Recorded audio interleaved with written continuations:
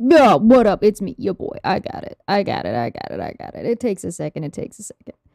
All these ones are. I don't have this space set up quite properly yet. It'll get there. It'll get there. Um, Eventually. I believe in myself. Why wouldn't I believe in myself? I actually need to move this to here. To here. Hey, there we go. Welcome back to Talking Tuesday. This is the show where I sit here and talk at your face. I hope you enjoy. Mostly the topics here are ones that don't really fit anywhere else. Some things are not, believe it or not. Oh, whoops. Excuse me. Rude? Smitty just kicked me off on my own stream. The hell's going on here? There we go. Hey. Oh, there we go. So, this is the show where not everything, believe it or not, is dumb enough for Dumb Feck Friday. And I don't. Basically, these are just things that I find interesting, that I feel like are interesting to talk about, to look at, to read through. Today, we're going to talk about the lawsuit. It doesn't really fit for Debate Hub because there's nothing to debate, at least not yet. If there is somebody who wants to debate about this, hell, yeah, sure, why not? I don't know why, but I'll host. Perhaps if there is somebody who is part of the TTRPG communities, that have a little bit more legal knowledge than I do, that would like to or want to come on to talk about this lawsuit, it would definitely work for a Goblin's Lair, but for now it's for Talking Tuesday. Oh boy. On the plus side, if there is somebody who is a little bit more legally apt than I am, who is part of the TTRPG space or the Dungeons and Dragons space that want to talk about this, we won't have to go over the basics because I'm basically going to cover everything that you need to know for this lawsuit, what's coming up, so if you end up deciding that you want to follow it, you'll have the history to do so. And if we decide to talk about it later, you'll have the history to do so. So you'll know what the hell is going on and what some of this means and who the involved parties are.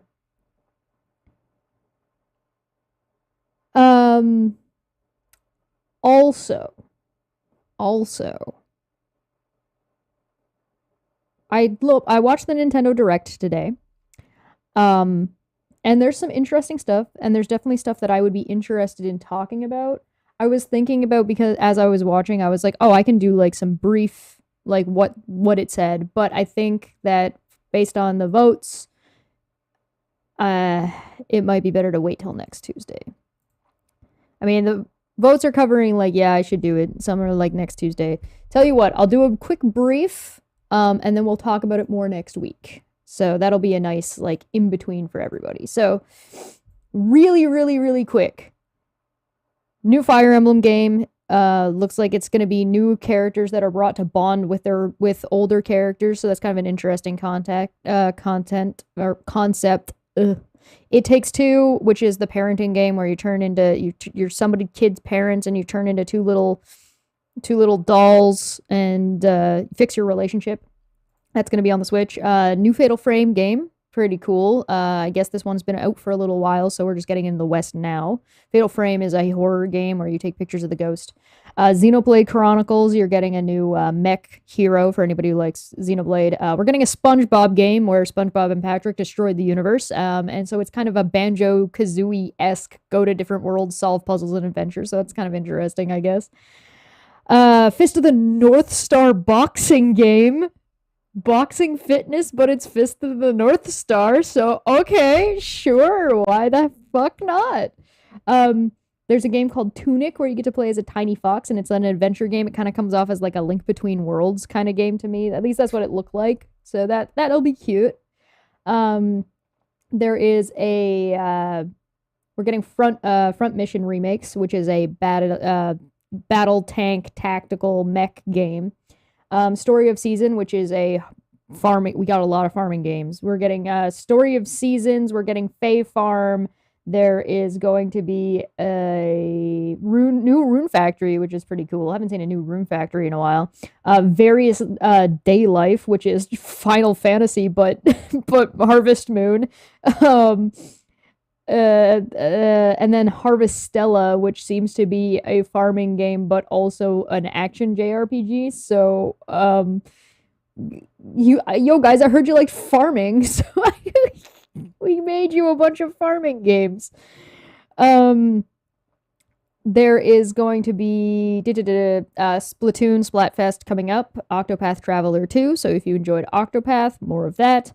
Theater, we're getting a theater rhythm game that is for Final Fantasy's 30th anniversary, and it's got two to four players. You get 385 songs, then you get additional songs if you do the DLC and all that good shit. And it's just the Final Fantasy music, but it's a rhythm game. So cool. Mario and Rabbids, which seems to be an adventure puzzle game. Like an exploring adventure game. I said Rune Factory already. We're getting new N64 games. So for those of you who like the N64 games on the Switch, you are getting Pilot Wings, Mario Party 1, 2, and 3, which is pretty cool. I like the old Mario Party games. Pokemon Stadium 1 and 2, 1080 snowboarding, hell yeah. Excite Bike 64, and surprise, surprise, GoldenEye is coming. So if you're interested in GoldenEye and you love GoldenEye, it is getting online play. So I hope you guys are ready for the competitive GoldenEye scene that's about to drop. Yo, back in the day when everybody played GoldenEye competitions in their high school, like, room, wherever it was, their cafeteria or whatever. Yeah, you're getting that, but you're getting it online. I cannot wait to get racism and sexism thrown at me from GoldenEye. Glorious. Okay. Factorio is coming to the Switch. So anybody who's familiar with Factorio, it's kind of like a real-time strategy game with with management sim qualities. Which is a 2D horror game, horror puzzle exploring game, is coming to the Switch. So I recommend IB. It was a lot of fun. Mario Strikers is getting an update. You're getting Paulina and Diddy Kong, and you're getting a couple new maps. Altair Ryza, which is seems to be a crafting JRPG. So it's like got the JRPG elements of running around and combat, but also with appears to have crafting, where you like collect shit. So that might be interesting. Mario Kart 8 is getting some new tracks. Wii Sports is getting pushed back, but you're getting survival golf. So, you know, Mario movie is coming out next spring. Super Mario World is coming to California, like a go to Super Mario Land, like a theme park. So that's going to be in California. We're getting Pikmin Bloom, which is Niantic, because for some reason Nintendo decided they still want to work with Niantic after they fucked up Pokemon Go. So we're getting a Pokemon Go, but you get to plant flowers and collect Pikmin, and the Pikmin collect stuff for you, and you can take pictures of your Pikmin hanging out with you. So if you love Pikmin, more Pikmin. There's also Pikmin 4, and I'm gonna have to try Pikmin on your phone. I'm gonna have to try it, and the reason I'm gonna have to try it is because Miyamoto's too cute. He asked nicely, and he's like, I hope you'll try and give it. I'm like, fuck, I have to try it. Pikmin 4 is coming. It appears to still be in its early development, so we didn't get a whole much about it. We just got a couple screenshots. So, but we know we're getting Pikmin 4. And it did say 2023 though. So we'll see. Just Dance, another new Just Dance. So if you like dancing games and party games, there you go. You get a new one of those. Bayonetta. We're getting Bayonetta 3. So you get to save the world. And I want to point out that Luca just is Irvine from Final Fantasy VIII. That's the same character. So it's just something I noticed while I was watching. I was like, oh look, it's that guy. Resident Evil Village is coming to the Switch, so we're getting a bunch of horror games, which is pretty cool in my opinion. And you're getting DLC Winter's Expansion, which appears to star the daughter that you save, arguably. And as well as there's going to be Resident Evil 2, Biohazard, Resident Evil Biohazard, and Resident Evil 3 are all also going to be on the Switch. Sifu is like a brawler game with like an age time limit. It's an interesting concept. I don't know how I feel about it. For anybody who hasn't played a brawler game in a really long time, it's basically like it's not like 99 Nights where there's like a ton of guys and you're fighting and you're overpowered. It's like no, you're a guy and there's like 5 or 6 guys and you're punching in martial arts basically. So we'll see. It looks interesting. The concept of having a time limit is every time you lose, you get older and but you get to unlock abilities by getting older. I don't know. It's interesting.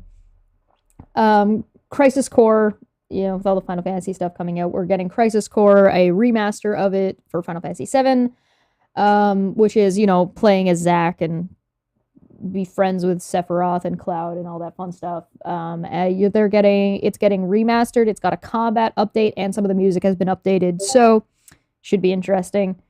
Radiant Silvergun, which is one of those like bullet hell style games. Endless Dungeon, which is a roguelike top-down fighting game but they have co-op and they have generated levels, so every time you go into a dungeon, it'll be a little bit different. So similar to like Darkest Dungeon and similar to it'd probably be closer to Binding of Isaac, but with co-op. Tales of Symphonia is getting a remaster. Fuck Colette. And they spoiled the big twist in the trailer. So I don't know if like some of these remasters are meant to like bring older games that were really good to newer audiences, and if it does, I feel like they kind of spoiled it in the trailer, but whatever, sure, it'll be fine. So yeah, if you like Tales of Symphonia, go for it. I hope we get if we get Tales of the Abyss, I'm getting it. Like if we get Tales of the Abyss on the Switch, I'm getting that game. Like, please, it's my favorite. We're getting Life is Strange, Romancing Saga, Lego Brick Tales, Disney Speedstorm, and Fall Guys 2, which are all being brought in. Anybody who doesn't know what Disney Speedstorm is, it's a Disney racing game. We're getting more Kirby because it is Kirby's 30th anniversary, so we are getting a remake or like a remaster or re-release of Kirby's Dream Land. But we're also getting Kirby Return to Dreamland Deluxe, which you get a Mecha Kirby. You can play on the same system, and everybody can be Kirby, so you're not stuck with one person has to be the buddy and one person can be Kirby. Everybody can be Kirby if you want. And we're getting mini games. So we're getting some new mini games, but we're getting like the old like Samurai Kirby mini game. Like hell yeah, I haven't seen that in since the Super Nintendo. And of course, we're getting Legend of Zelda, Tears of the Kingdom, which is Breath of the Wild 2. Finally. I think I saw something that looked like Minda, so that's kind of interesting. And looks like we get some Skyward Sword locations. So let's find out and see. And that is my briefing of what was released. I might go through and like next Tuesday and kind of go through a little bit in depth a little bit more, but for now we have a lot to cover with the lawsuit, but I thought I'd just update y'all. Kirby should reproduce by mitosis. Does Kirby? I thought Kirby was just eternal. I just assumed that he never died and never reproduced and he just existed forever. Fuck, I just spilled tea all over myself. I'll be right back. Fuck,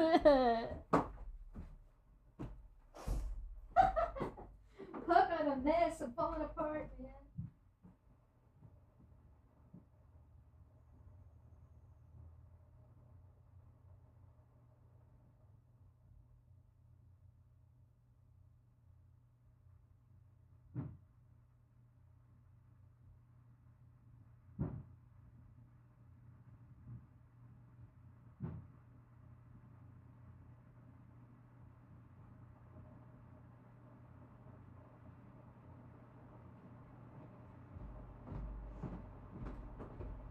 must trust and rely on the David Bowie.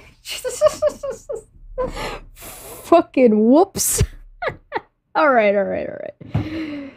Let's, that never happened. Nobody saw anything. There was no change. I don't know what you're talking about. Nothing happened. There was no spillage. This is all in your imagination. None of this is real. Okay.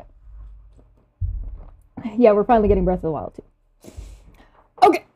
Now that we have gone and done a briefing on the Nintendo Switch stuff, there will be, I'm sure, more conversation in the Discord. If you happen to be part of the Discord, feel free to join us by becoming a member or becoming a Patreon. Also find me on Twitter. There's nothing but shenanigans over there all the time, 24/7. I don't know of a time that I have ever used Twitter not for shenanigans. So if you're into that, feel free to join us over there. And I'll probably stream about it a little bit further, maybe next Tuesday. We'll see if I'm going to be able to do that. I will be in the process of moving, so please be patient with me when it comes to streamings, just because things are going to be a little bit all over the place as I get from point A to point B. There's going to be like 1 or 2 steps between getting from where I'm at to where I'm going to be ending up. So don't be surprised if you see my mom popping in. Moving cities sometimes takes some stop-offs. So,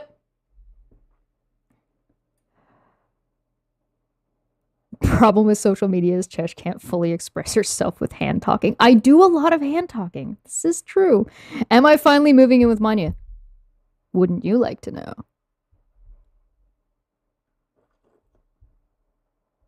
Okay.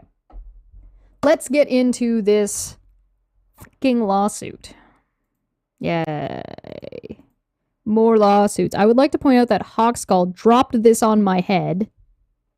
Dropped this on my head on a Friday. On a Friday when I already had like 4 things that I had to go through and cover. Hey, if you guys want to see want to stream with like me and my mom and my sister, let me know on Twitter in the comments. You tell me. Let my mom know how much you love her, and I'll see if I can talk her into it. By talk her into it, I mean just schedule it. she'll be down. Okay. Ta-da! So I found us a timeline. Thank you, Alicia. You move around so much. You've moved 3 times since I started watching you. I do. Life happens, man. Life happens. I do move a lot.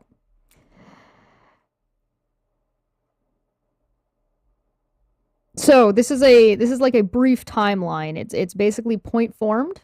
So we're gonna go through this real quick. We also have this, which goes a little bit more in depth into the struggles, and then I have the actual lawsuit right here with the screenshots of the lawsuit. So we are going to start with this quickie, just so you guys can know what we're talking about and who we're talking about. Wizards of the Coast, obviously. I feel like everybody probably knows who Wizards of the Coast is, but they are currently a company that is owned by Hasbro that owns Dungeons and Dragons and Magic the Gathering. So the card game as well as the tabletop TTRPG, tabletop gaming RPG roleplay game.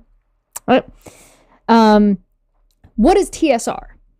TSR, for anybody who doesn't know, was the original company started by Gary Gygax and friends that initially made Dungeons and Dragons, which they eventually then sold to Wizards of the Coast. So, let's read this real quick. Because the saga of TSR 3 has been going on a while with many landmarks, I thought I'd do a quick timeline for those who hadn't had the time or frankly the inclination to keep up with the whole pavilier. As multiple entries refer to themselves as TSR, I will use the nomenclature 1, 2, etc. to distinguish them. However, all of the companies below simply use the term TSR. The principal people involved in the story are Ernie Gygax, one of Gary Gygax's children, Justin Lanassa, a tattooist, weapon designer, and briefly a politician who refers to himself as Sir Justin Lanassa, Stephen Dinehart, co-creator of Giant Lands with James Ward, and later Michael K. Hovermail, TSR3's PR officer. Also linked to TSR3 is the Dungeon Hobby Museum shop in Lake Geneva, Wisconsin. And the reason it's in Lake Geneva, Wisconsin is because that's where Gary Gygax lived when Dungeons & Dragons was created. Much of TSR's commercial business appears to be conducted via the museum. All right. Hopefully that's not the most confusing thing on the planet, but that's the kind of who we're dealing with. 1974, TSR, the original one, was created D&D. In 1997, TSR is bought by Wizards of the Coast, and Wizards of the Coast was bought by Hasbro in 1999. November 2012, Jason Elliott registers TSR2 name as a trademark to launch Gary Gygax magazine. Luke and Ernie Gygax are involved. November of 2015, Gail Gygax sues TSR2. Luke and Ernie are forced to leave. Gygax magazine is forced to close by Gail Gygax. The company continues to sell the top secret RPG under the name TSR2. October of 2020. The Dungeon Hobby Shop Museum claims ownership of various TSR logos and tries to license them to OSR publishers. June 19th of 2021, TSR3 announces itself with a press release. It claims to be the original TSR back again under the leadership of Ernie Gygax, Gary Gygax's son, announcing that the band is back together. Also involved are Justin Lanessa and Steven Deinhardt. Their flagship product is Giant Lands by James Ward and Steven Deinhardt. Giant Lands being a tabletop RPG. June 22nd, 2021, TSR3 announces it is rebooting Star Frontiers, a game which Wizards of the Coast owns and is currently selling online. They registered the trademark back in April of 2021. June 24th, 2021, Ernie Gygax does a YouTube interview. I transcribe it. The interview begins with a controversy which rages online and includes digs at new gamers with Wizards of the Coast and trans people. June 25th, 2021, it transpires that TSR2's Jason Elliott forgot to renew the trademark registration. Fucking oops. At which point his former partner, Ernie Gygax, along with Justin Lanessa and Steven Deinhardt, swept in and grabbed it before notifying him. They offer to let him use it for a nominal fee. Gen Con, we would deny them if they applied. Yes, no, they don't have a booth, nor are they running any events. June 2021, TSR3 embarks on an astonishing social media campaign where they tell people they don't like Gary Gygax,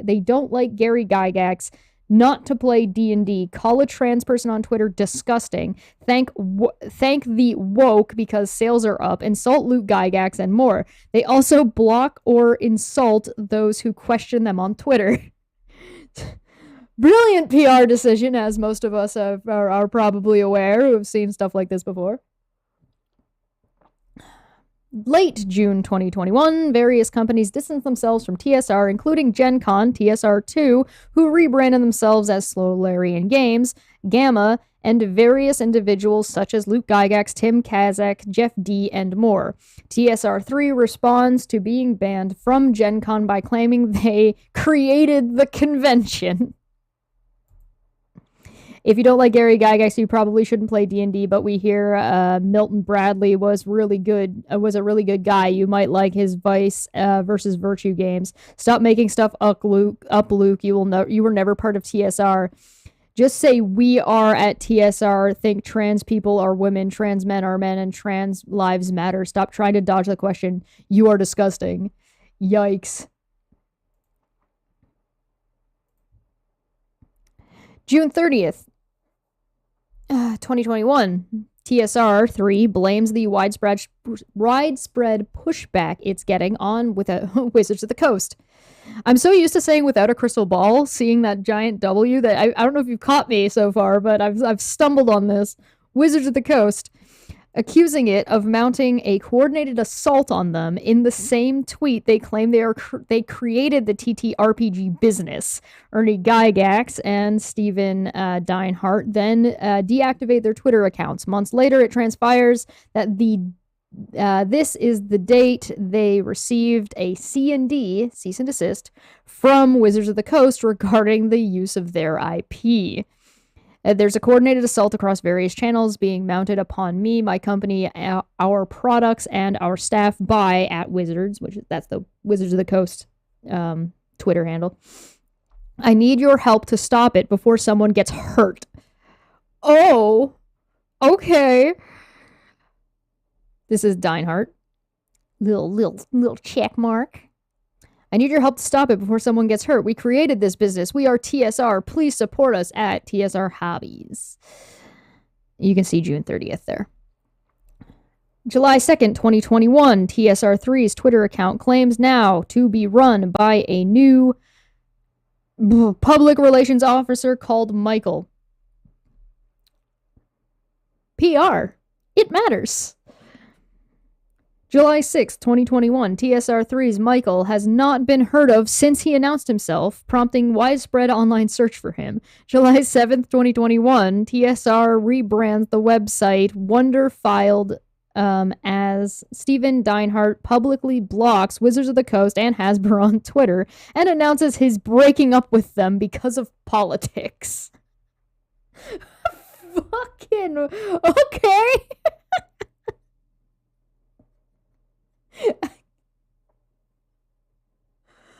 Oh boy. All right. Dear Wizards _D&D. I'm Twitter breaking up with you this morning because of politics. I've loved you since I first heard someone running you. Sadly, you won't be able to read this because, like @Hasbro and @Wizards, you are now blocked. With the screenshot of that they were following him.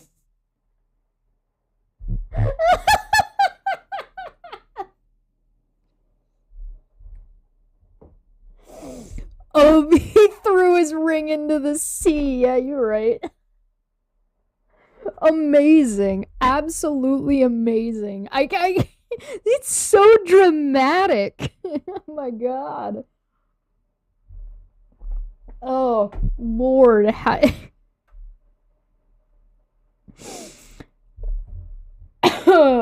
July 9th, 2021, yet another TSR website appears, this one called TSR 3.5. TSR 3 has split into two, Wonderfiled, later Wonderfilled, and TSR Hobbies. Steven Deinhardt runs the former, which features the Giant Lands project, while Ernie Gygax and Justin Lanassa run the latter. Sir, thank you. Please use the person's preferred pronoun. That's not a pronoun, by the way. Sir is, well, I mean, it implies male, but that's more history. Whatever, I'm not going to into it right now. Uses preferred moniker. There's the word I was looking for. Moniker is the word I was looking for. Whew. July 9th, 2021. With this new TSR 3.5, the company claims that an unnamed individual was running the Twitter accounts of the company, its affiliate companies, and the individuals involved with the company, and that all posts on any of those social media accounts should now be considered invalid. That's not how that works.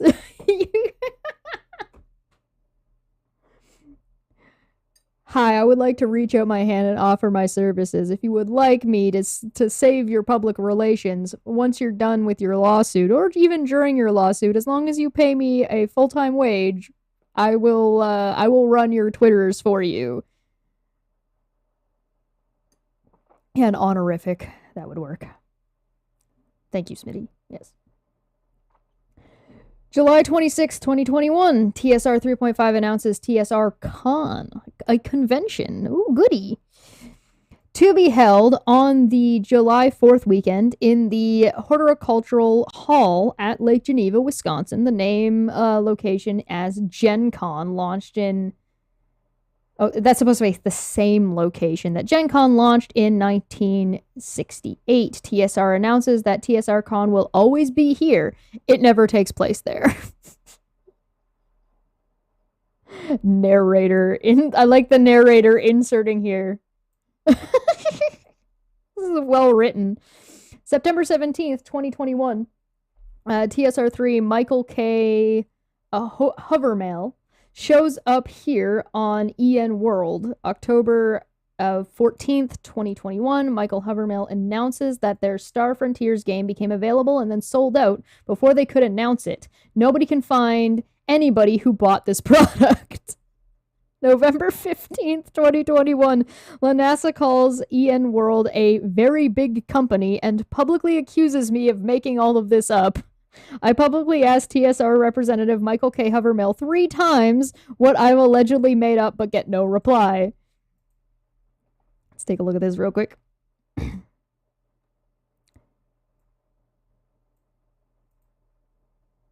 TSR Hobbies, I know you're on here. You're a good friend of Justin Lanasa's claim about the video that I've just made stuff up.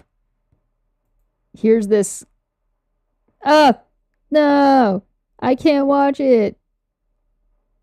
Boo. Okay, well, let's just go back. I am sad. All right, well, October 20th, 2021, TSR Con is moved from the July 4th weekend to March 24th to 27th, the exact same dates as Gen Con. Gen Con is not small. Like, I don't think you want to compete with Gen Con if you don't have to. The venue is moved from the Horticulture Hall to the Dungeon Hobby Shop Museum. A graphic on the website promises that they will not be checking vaccinations or asking people to wear face masks. In October of 2021. Yikes. Second ground for cancellation fraud. We'll get to reading this a little bit later, so I'm just going to skip past that. December 6th, 2021, a record is found showing that Wizards of the Coast is taking action against TSR 3.5, an administrative procedure to cancel this registration of the trademark it is using, citing, among other things, fraud. December 7th, 2021, after a long quiet period, TSR 3.5 launches an Indiegogo campaign to stop Wizards of the Coast.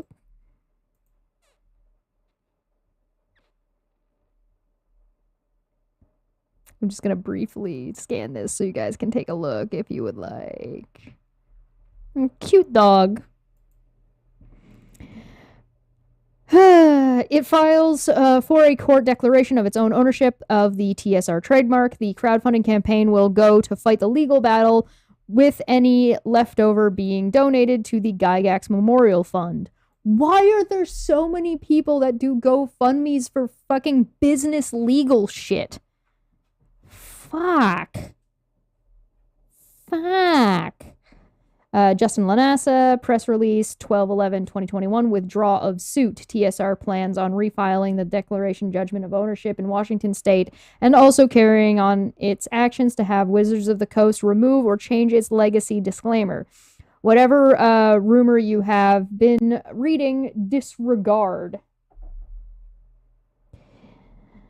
Not one media source except Clownfish TV asked TSR for clarification why DJOO was withdrawn. Declaring judgment of ownership. CEO of TSR.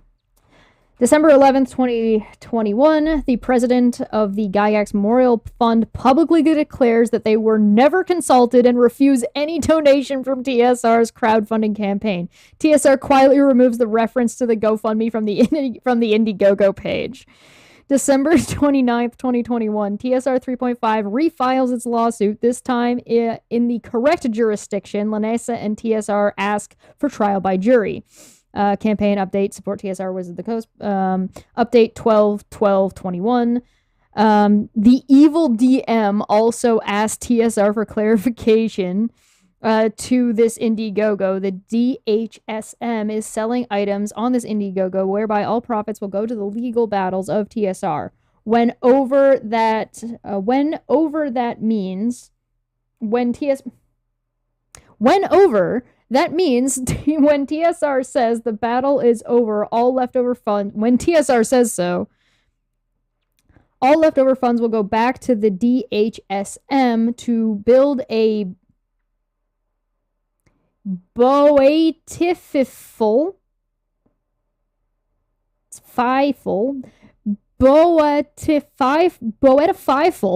memorial to the original creators of the grounds of the THSM. Please don't listen to haters. They want this whole thing to fail, and you can see they have small numbers now, but they are trying their darndest to sway your opinion. Oh boy. Oh, ions. Stay strong, TSR Army. Listen, I'm not very good at spelling, but that's fucking funny. Are you ride into battle with me? You boatiful people? Fifeful? Are you having a... I don't know, I feel like I am. January 8th, 2020, Wonderfiled Stevens Deinhardt threatens to sue Twitter user David Floor for his negative review of Giant Lands on the platform. This just gets better and better. January 10th, 2022, TSR3's Justin Lanassa sends TSR alum Tim Kasich a profane message telling him to go suck Luke / without a crystal balls. God damn it! I'm stuck. Go suck Luke's Wizards of the Coast balls, you fucking coward, and accuses him of having been fired from TSR for stealing. January 11th. I mean, you want lawsuits, you want a defamation case. January 11th, 2022, Michael K. Hovermail claims that the first edition of TSR's Star Frontiers New Genesis game was released and has sold out. He says, quote, it was a very small, limited run released and sold on the DHMS Dungeons Hobby Museum website. It is no longer available and probably won't be reprinted. As yet, nobody has publicly revealed that they bought a copy. Fuck's sakes. January 14th, 2022, Michael K. Hovermail resigns as TSR Chief Creative Officer and Public Relations Officer after 6 months in the position. Listen, see, I would watch these people fail for 6 months and get paid for it. Just sit in the background and be like, hey, you should do this. This is the thing you should post. You shouldn't post about that. Oh, you're going to do it anyway? Yeah, it's fine. I don't care. I get my paycheck. Fucking lol. March 4th, 2022. Wizards of the Coast strikes back with a lawsuit naming TSR Justin Lanassa personally and the Dungeons Hobby Shop Museum. I'm stuck!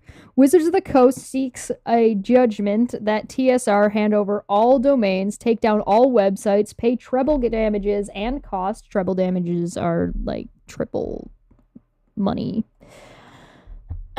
Hand over all stock and proceeds related to the trademark and more. TSR has 21 days to respond. This was March 4th of 2022. March 22nd, I'm not reading this because we're going to go over it. March 22nd, 2022, TSR gets an extension on that Wizards of the Coast suit. 2 waivers of service of summons granted to both Justin Lanassa and the Dungeons Hobby Shop Museum. He now has 60 days from March 4th to serve an answer or motion or suffer default judgment. March 26th, 2022, TSR Con takes place at the same time as Gary Con. TSR claims, quote, LOL, actually we asked just about every one of the 800 people stopping by TSR Con, and about 60% had no idea Gary Con was going on. And we tried pushing them to go over and attend, end quote. Some people are fucking delusional.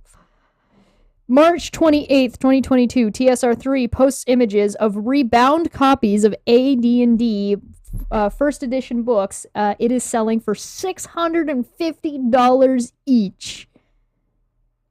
Bruh. May 27th, 2022. Oh, sorry, May 17th, 2022. Evidence emerges of Nazi connections via TSR3's David Johnson. Public Twitter posts include concentrated hateful imagery and messages over a long period of time. Nazis! Yay! Clip that one out of context. I don't think it would matter. I think that one should just be clipped. Just Nazis, yay. Yeah, drink for that one. March 17th, 2022, Drive-Thru RPG removes all Dave Johnson game titles from the platform. May 17th, 2022, a jury trial date is set for the TSR / Wizards of the Coast lawsuit for October 2023. A few suits like this actually make it to trial in the end. July 19th, 2020. Out of stock. These are this is the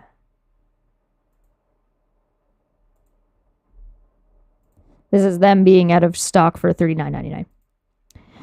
July 19th, 2022, a leaked version of the beta version of TSR's Star Frontier's new Genesis game emerges on the internet. The content includes racist and white supremacist propaganda, including character races with ability caps based on ethnicity and various homophobic and transphobic references. Justin Lanassa immediately threatens to sue blogger Eric Tenkar, who shared the information publicly. Mario Real is one of Lanassa's online pseudonyms. Releasing of private information is a crime. You are getting sued. You ill not get away with this. You are done. You are sued and are done. Your slander is over, Tenkarp. You are done now. No more putting up with your channel. Lawyers are being called now.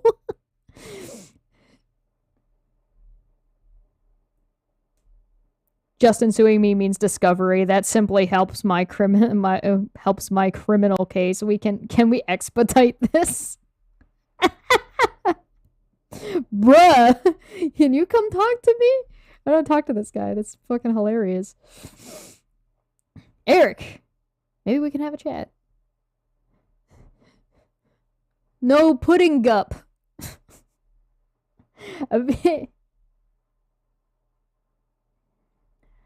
Various evidence points towards the document's genuine nature, including an accidentally revealed Google Drive belonging to NuTSR. I'm calling them NuTSR. NuTSR. July 22nd, 2022, a video shows a Google Drive that appears to be owned by NuTSR, which contains a list of enemies of the company, usually with the word woke in caps being used as a pejorative.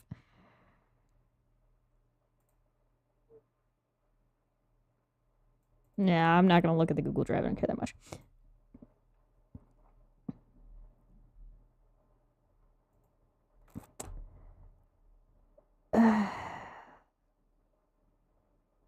Wow. Wow. I feel like if I even just read this out, I'm going to get in trouble. Like, I'll leave it up on the screen for you to read for yourselves. Yeah, bro. What the fuck? Racism? Alright, I'm gonna read it. I'm not a coward. Let's go.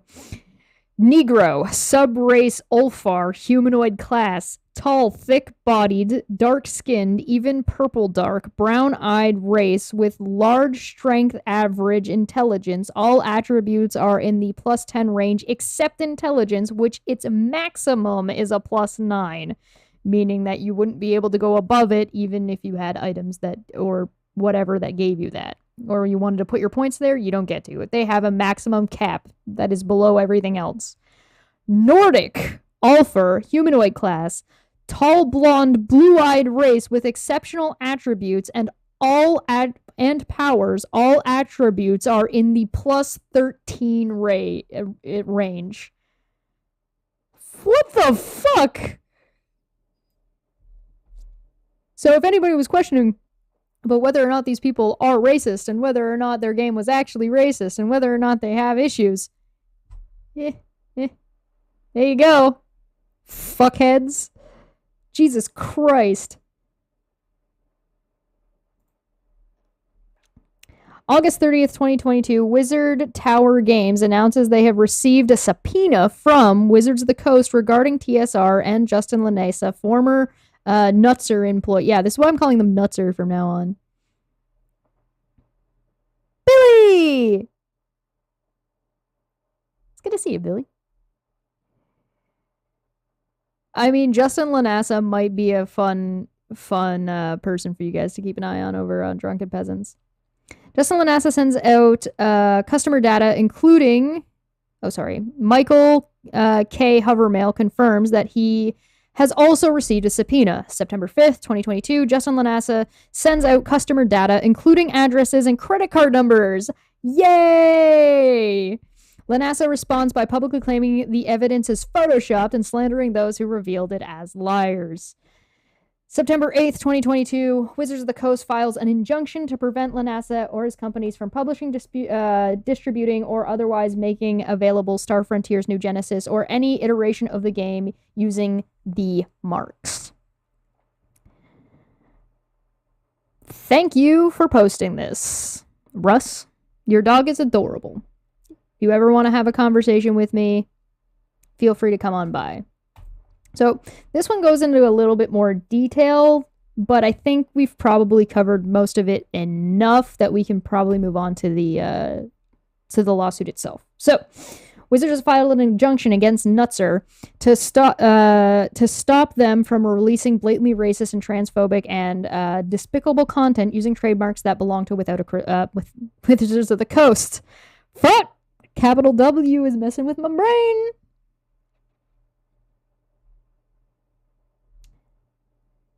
It's the C, too. It's the capital C and the capital W. This thread will be updated as we go through the documents. There are 3, and they're long. So let's jump right into it, shall we?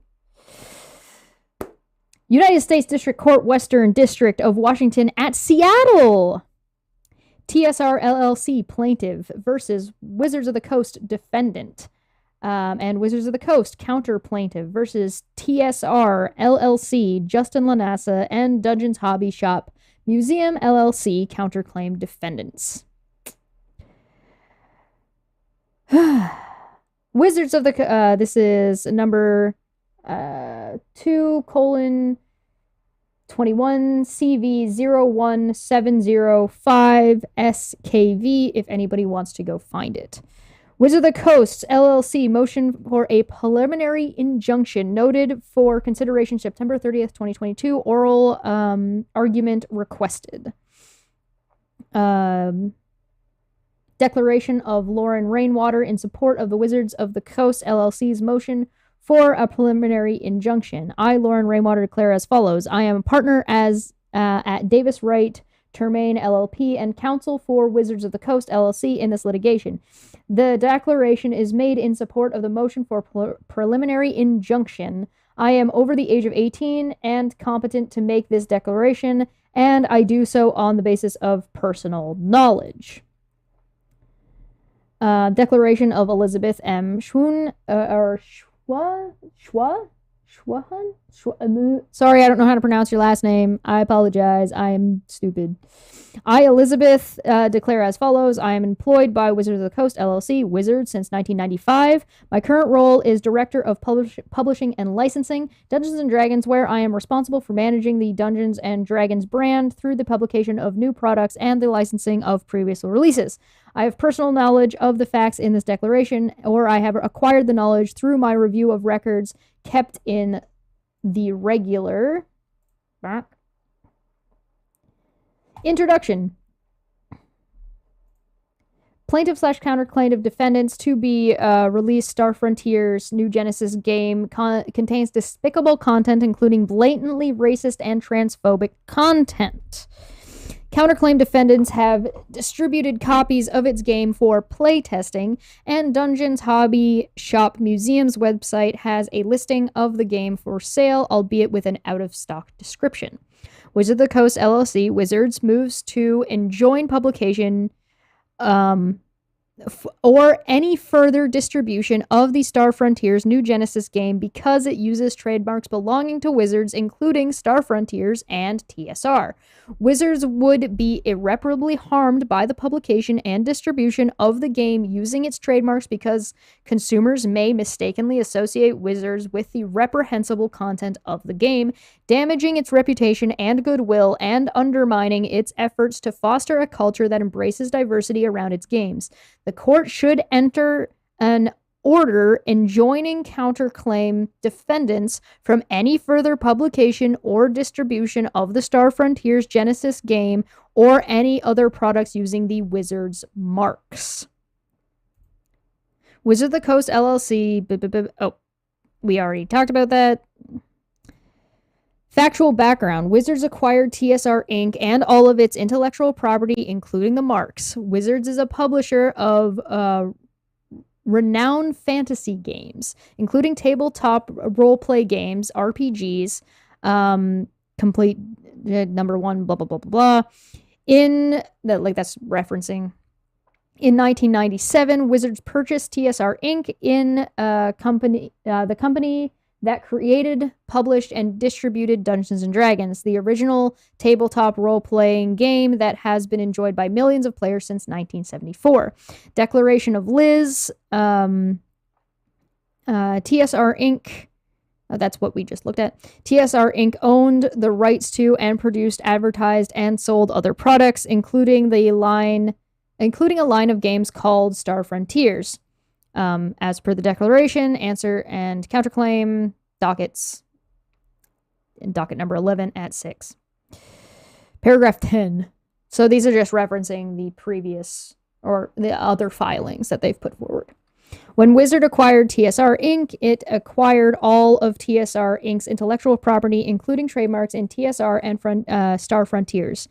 Counterclaim reference 17, paragraph 17. Formally assigned its U.S. trademark registrations to Wizards in an assignment recorded with the United States Patent and Trademark Office on December 6, 2000. Wizards has used the mark since at least 2012. Wizard has continued to use the marks to this day. Dungeons & Dragons, for example, is one of Wizard's most prominent and well-recognized brands. Several trademarks are at issue in this litigation. This motion relates to the two in particular, the TSR word mark, the TSR mark, and the Star Frontiers word mark, the Star Frontiers mark. The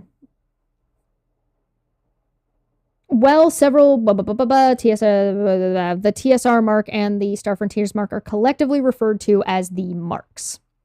The TSR mark is a word mark consisting of the letters TSR, the business name of the original creators of Dungeons & Dragons, and an acronym standing for Tactical Studies Rules.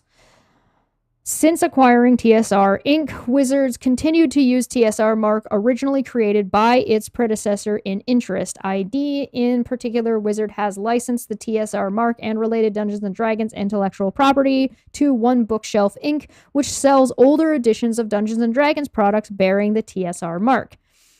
One Bookshelf has sold products bearing the TSR mark continuously since December 12th.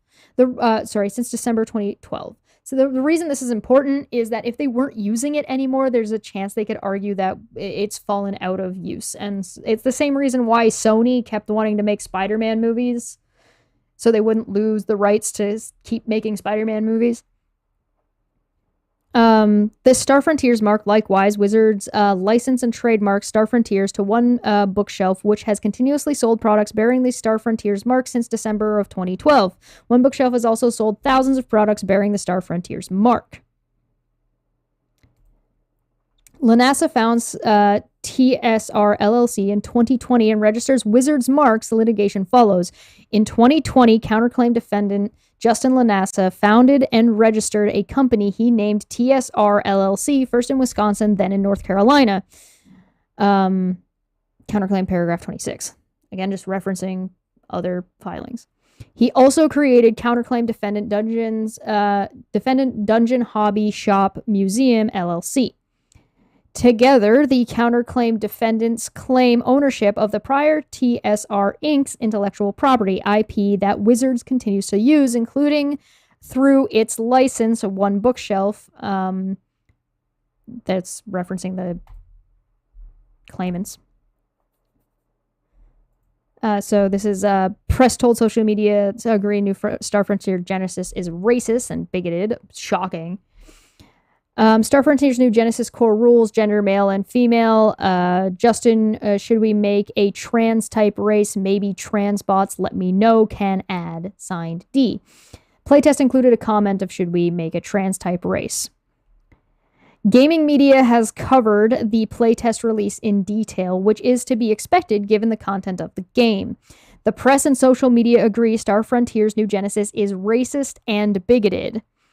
Wizards now moves for a preliminary injunction to prevent counterclaim defendants from any further distribution of this degrading, offensive product containing Wizards marks or any other iteration of the Star Frontier's new Genesis game to avoid irreparable harm to Wizards' reputation and brand. Counterclaim defendants' products include Star Frontier's new Genesis risk Wizards' reputation for inclusive gaming. Welcome. Wizards has long embraced an inclusive culture for gaming. I want to give Wizards a little bit of props. Wizards spent a decade pissing off their core fans to enable more people to play the game, to make the game more accessible and more inclusive. They pissed off their core fan base for around 10 years to make it so that, women could play, to make it accessible, because 3.5 was a clusterfuck by the time they were done with 3.5.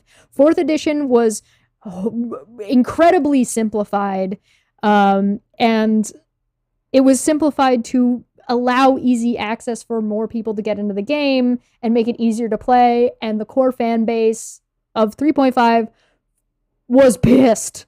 People did not like 4th edition. And to be fair, there's reasons not to like 4th edition. Oh yeah, it was a brilliant decision because it's not like their core fan base was making them the most amount of money anyway, right? It was a very smart business decision.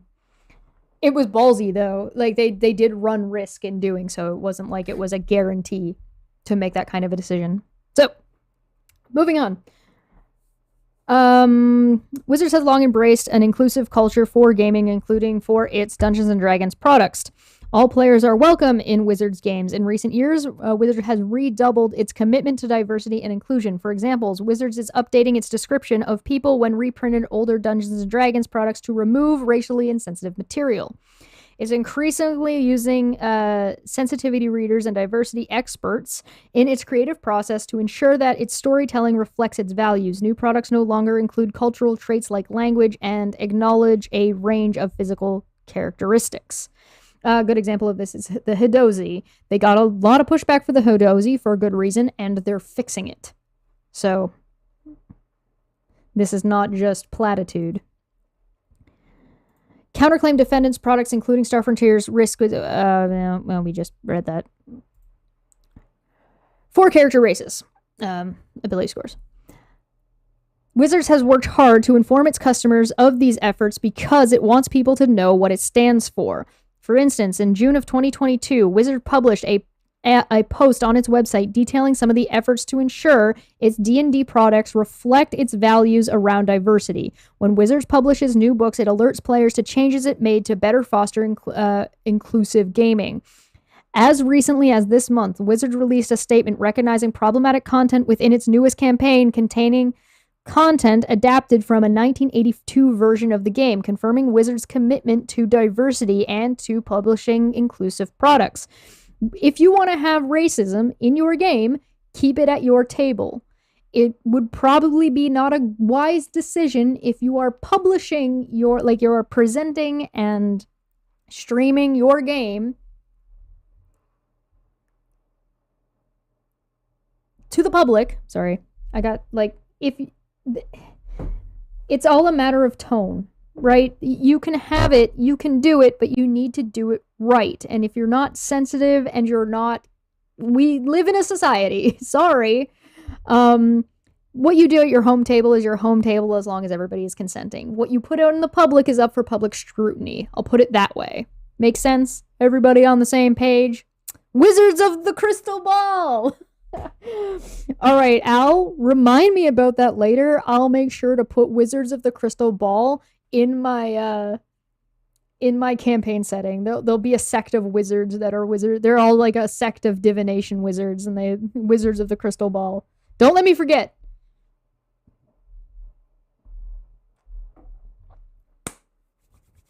Let's go. The discussion of the counterclaim defendants' New Frontiers New Genesis game threatens Wizards' efforts to promote inclusive gaming and Wizards' reputation as a company that works to embrace diversity and inclusivity. As described above, the playtest release of Star Frontiers New Genesis has garnered a great deal of attention in the gaming community, but not all consumers readily distinguish between this product and those distributed by Wizards, including the original Star Frontiers. For example, on multiple online forums, consumers have expressed confusion about whether Star Frontiers New Genesis is part of the Star Frontiers franchise that Wizard owns and distributes. In some cases, even sophisticated RPG fans mistake the Star Frontiers New Genesis product at first glance, a reasonable error, in light of the name and logos before realizing their confusion. In others, confused consumers have been corrected by other forum participants, although there is no confirmation that confused players or the multiple others who upvote their comments ever see or take note of the responses. Tabletop RPG games, and that's fair. That is a fair concern. If people are going around being like, "Oh my God, there's a new Wizards game. It's Star Frontiers," and somebody in the comments says, "Actually, it's this other game," and somebody goes, "But this is racist as shit," and retweets it, that initial comment of correction gets lost in the shuffle, and that's like well known that the drama and shit travels way faster than the corrections ever do. Tabletop RPG games are social by design. Players gather with friends to engage in group storytelling, often using a single book or set of books, and it is not unusual for a group of players together to have members with more or less experience. This means consumers may experience Star Frontiers New Genesis without having purchased it directly at a friend's house or other gathering in a group of players, and because not all consumers will be... Oh, come on. You didn't give me all of this? Boo. It's confusing for new people and people who don't buy the books directly. Oh, this one's really small. Let me just open this up. There we go.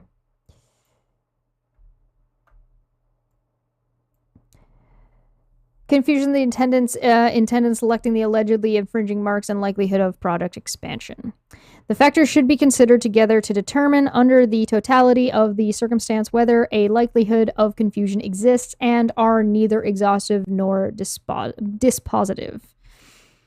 Each of these factors either weighs in favor of finding a likelihood of confusion or is neutral. Helios says, there's no problem with having racism as part of your fantasy world. For better or worse, it makes the world more immersive because it is a bit of reality. To be said that it shouldn't be in the rules. Right. Having it in the book and written in means it's hard, like it makes it more difficult to get out of and feels like it needs to be there. Whereas if you add it in yourself in your homebrew, you can work with your players to build something that you're all comfortable with. There's a big difference between the rule books and what the DM brings to their world and allows at the table. Yes. Exactly. And then again, if you're producing a show online, right, there's other factors to be considered in that case, if you're making your private game public, right? Whoo! The strength of the product marked. To determine the strength of a mark, the mark must be categorized on the conceptual distinctiveness. Sorry, my reading is bad. Conceptual distinctiveness spectrum. See Brookfield Commerce Inc. versus Wizard Coast Entertainment Corp. 174 F3D 1036 and 1053, Ninth Circa 1999. The Ninth Circuit, not Ninth Circa. The Ninth Circuit description of the spectrum in the Palm Wonderful case, West Coast.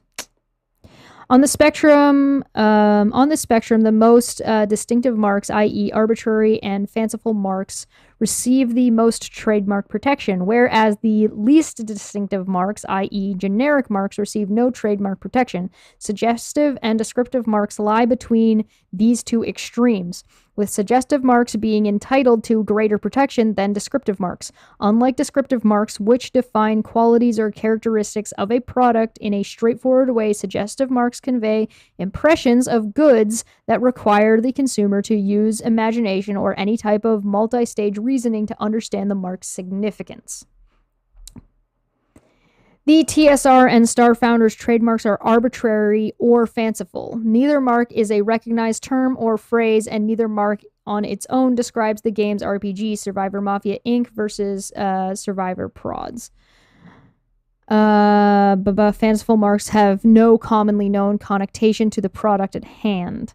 Star Frontiers certainly invokes science fiction or fantasy, but the descriptiveness of the marks ends there, and TSR, standing for Tactical Studies Rules, is meaningless.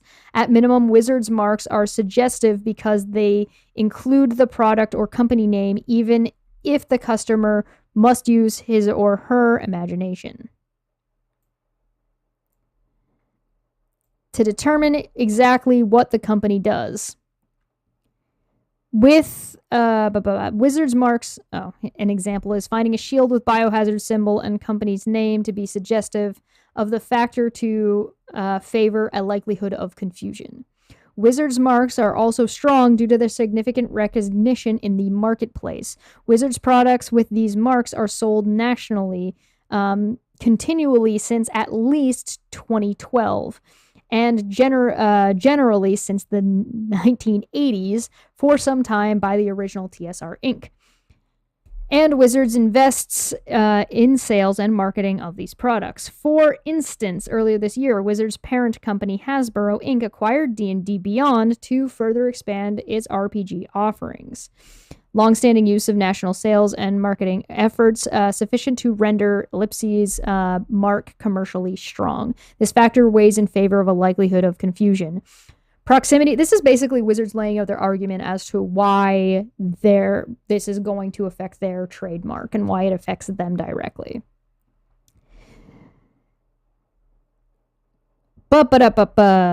Proximity and relatedness of goods. The standard for deciding whether the parties' goods or services are related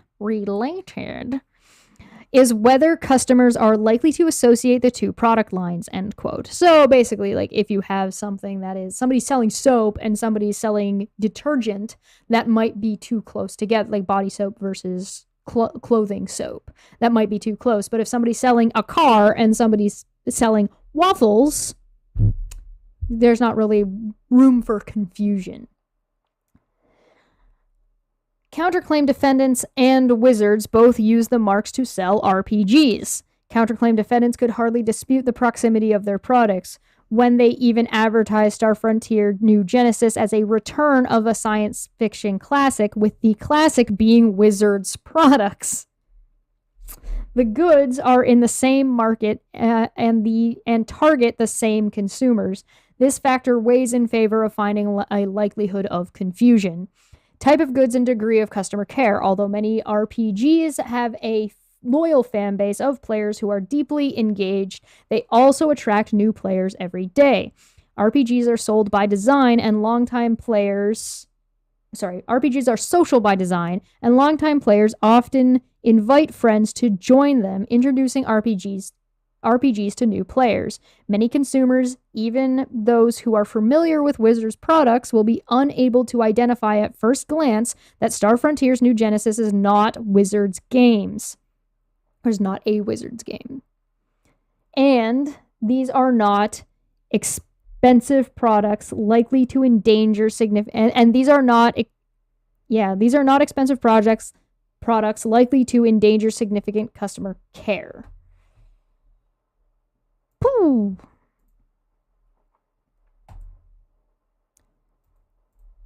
Whoop.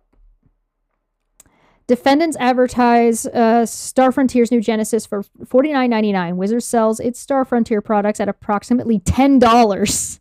At these prices, purchasers are likely to exercise less care, thus making confusion more likely. Referencing Brookfield 174F.3D at 1060. Similarity of marks. The parties agree that the marks are identical. Because counterclaim defendants are using the exact same mark as Wizards, this factor weighs in favor of the likelihood of confusion. The similarity of the marks weighs unequivocally in favor of a finding of consumer confusion because the marks are identical, end quote. Marketing channel convergence. When assessing marketing channel convergence, courts consider whether the parties' customer base overlap and how the parties advertise and market their products. Counterclaim defendants and Wizards use the marks to sell the same type of RPG, bracket, with TSR advertising its product as a return of a Wizards product. End bracket. Bro! You can't do that shit. This seems so handed to me. Like, this seems so one-sided in Wizards' favor. Both through the internet. They sell both the products through the internet. To be fair, the internet is a very large place. Further, both companies market and advertise the products through the internet and social media. This is an overlapping general class of consumers. Evidence of actual consumer. When was the last time anybody saw like a D&D TV commercial? I mean, they had a movie trailer, which is pretty. It's not a commercial, but it is. It's its own type of commercial, I guess, if you use like an open-ended thing. But like, when was the last time anybody saw like, come play Dungeons and Dragons? It's extreme. Like, I don't. I haven't seen one in a very long time. So if there is one out there, I'd like to like something that would air on television. Evidence of actual consumer confusion. At the preliminary injunction stage, this factor is, quote, of diminished importance, end quote, due to, quote, difficulties in gathering evidence of actual confusion, end quote. At 113, omitting internal citations. Even so, Wizards has identified multiple instances of initial consumer confusion. For example, in a comment on a post about TSR LLC, known as NuTSR, in the gaming community. I hope I'm not the only one calling them NuTSR. And if I am, I hope I am now no longer the only one calling them NuTSR.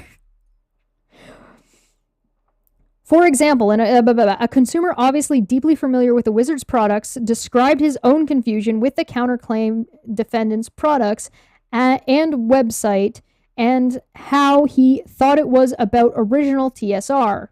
Similarly, a Reddit post about Star Frontier's new Genesis with 599 comments is replete with comments expressing disgust for the game's offensive material. In a related Reddit post, a player even expressed concern for continuing to play Star Frontiers because of its apparent association with Star Frontier's new Genesis. In any event, an absence of proof of actual consumer confusion is unnoteworthy for a preliminary injunction, and this factor is at a minimum neutral. The movie trailer was great. If only somebody did a deep lore of the lore it revealed. Hey, so me and Trevor Valley went ahead and did a 4 hours long stream, frame by frame, deep diving the Dungeons and Dragons movie trailer. So if you're interested in that, please go enjoy. We had a shitload of fun, and I hope you do too. In any event, an absence of proof of actual consumer confusion is unnoteworthy for a preliminary injunction. I just read that. Counterclaim defendant's intent. Quote, when the alleged infringer knowingly adopts a mark similar to another's, reviewing courts presume, ... that the public will be deceived, end quote. There's the citation. When this intent factor is present, it weighs, quote, heavily in favor of finding a likelihood of confusion, end quote, reference. TSR, or citation, I should say. TSR LLC claims it is, quote, rebooting, quote, end quote, Wizards products and has publicly stated it will, quote, come close, end quote, to Wizards intellectual property. You can't do that. Even Pathfinder didn't pull that shit. And Pathfinder went out of its way to be like, we're sticking, when 4th edition came out, Pathfinder started so that way people still had like a continuation of 3.5. And that's riding the line. It clearly intends to use Wizards marks to exploit Wizards' goodwill and reputation in order to sell the Star Frontier New Genesis products to Wizards customers. Holding an intent to exploit goodwill creates an inference of likelihood of confusion. Citation.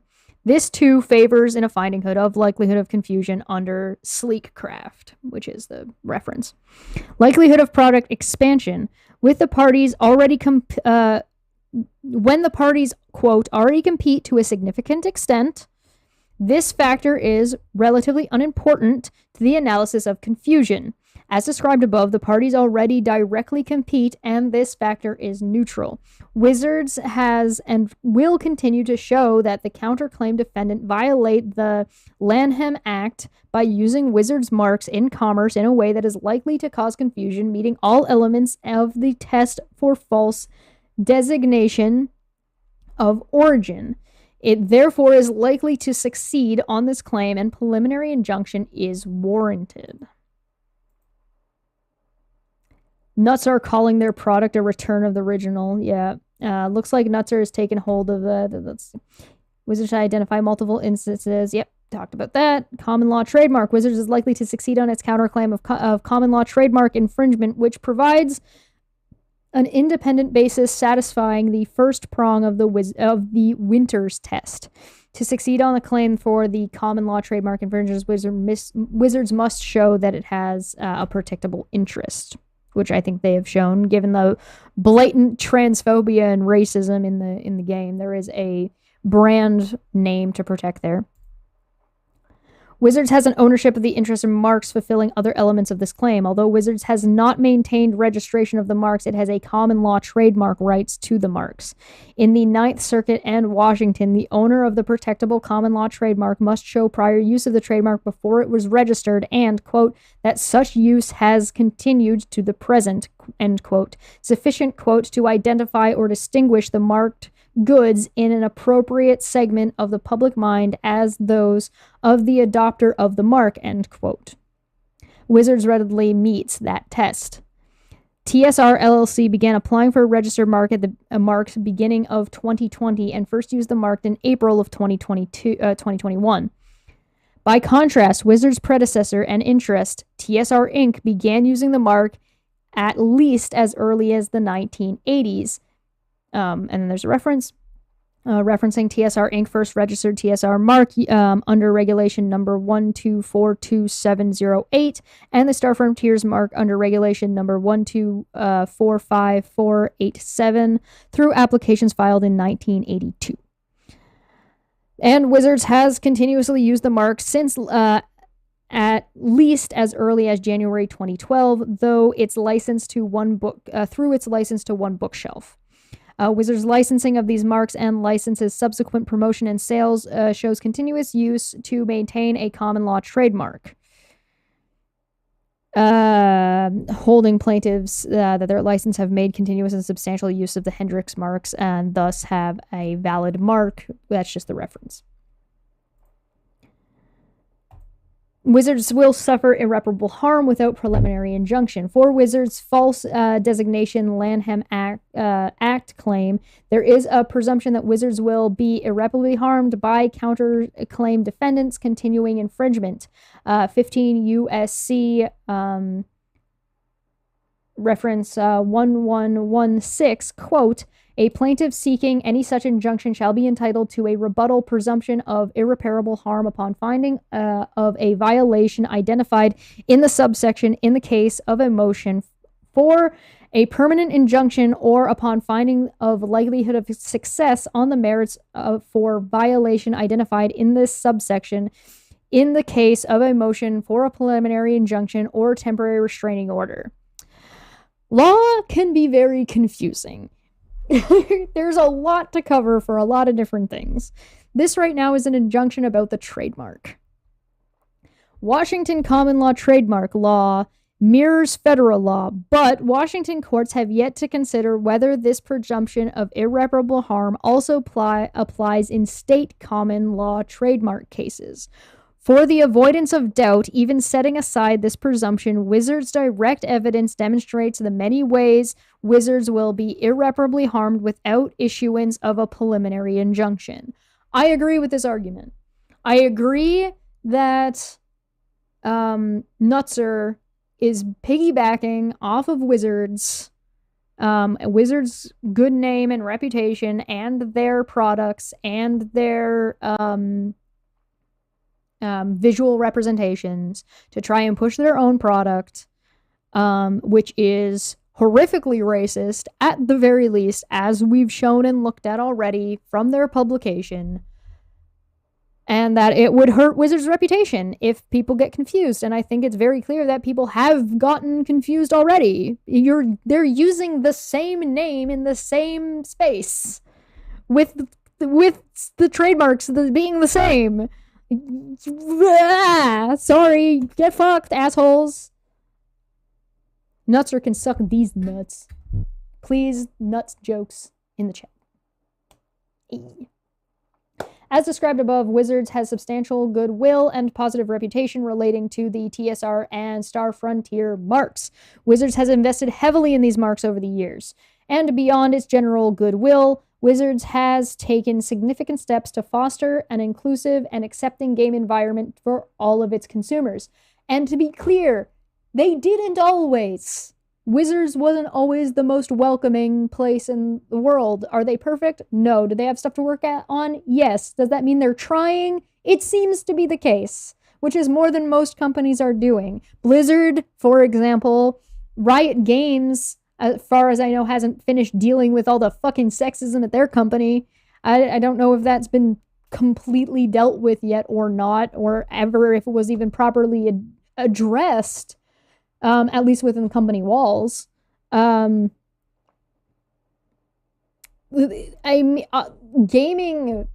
through the years, especially like 90s and early 2000s, was a fucking shit show for anybody who wasn't a fucking neckbeard, ball sack smelling asshole. Having been the only woman in the room, having been the female at Friday Night Magic, there's a lot of toxic culture that any woman who's ever played Call of Duty, like the old ones, will tell you, even League of Legends, it's gotten better. It has improved. It's not there yet, but it's certainly improved from what it was. Obligatory Fifi Nux joke here. Hey, obligatory these nuts. Hey, thank you. We're adults here, and I appreciate that. Only adults can make nut jokes. If you can't make a nut joke, you can't consent. Oh, Lord. Okay. That doesn't mean that doesn't go both ways, by the way. Do you know about Mario Brothers?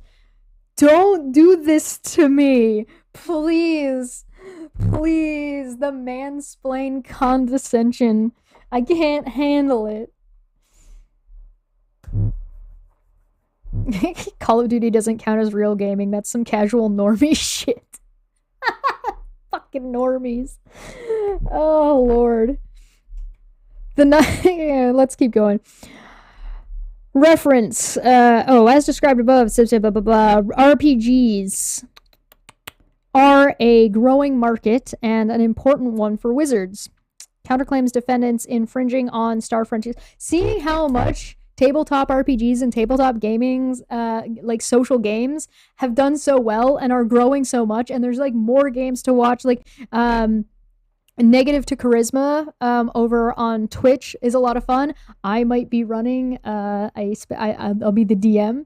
I might be DMing a special handful of Halloween games or one-shots. If you are interested in watching that, there'll be more information in the future. And if you're interested in playing in one, feel free to join us in the Discord, because I will be running a special Patreon members only Discord Halloween game. So if you're interested in being in that, feel free to hit me up and let me know by becoming a Patreon or a member. It's only $1. And I'll be running it more than once, so that way if there are a lot of people, I'll run it again. So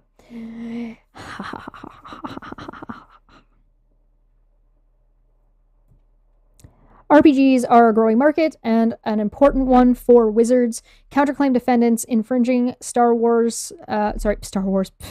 Frontier's new Genesis product flies in the face of these efforts by trafficking in racial stereotypes and explicitly excluding trans representation in the game. The Ninth Circuit has recognized the damage to goodwill as irreparable harm. Unlike mere financial damage, Wizards' reputation will be damaged irreversibly by the sale or distribution of counterclaim defendants producing of Wizards marks. Wow, go figure. Reputation is something that you can risk and put on the line. Who'd have thought?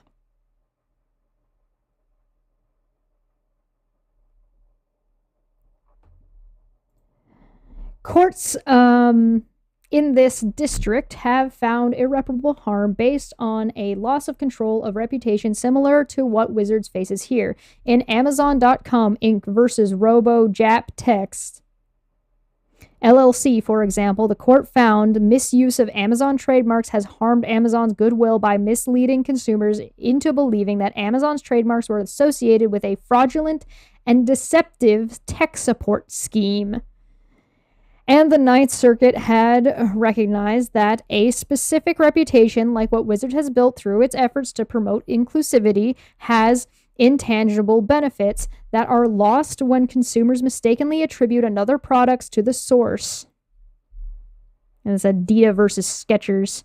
Consumers are likely to be and have already been confused about whether Star Frontier's new Genesis is associated with Wizards, leading at least some consumers incorrectly to associate Wizards with racism and transphobia, positions it empathically and publicly rejects. Accordingly, Wizards does not seek a preliminary injunction on all counterclaimants' infringing activities. Counterclaimants' general infringement can be remedied through future... I'm just going to make this a little bit easier to read. Whoop. There we go. Remedied through future injunctive relief and monetary damages, which Wizards will prove at trial.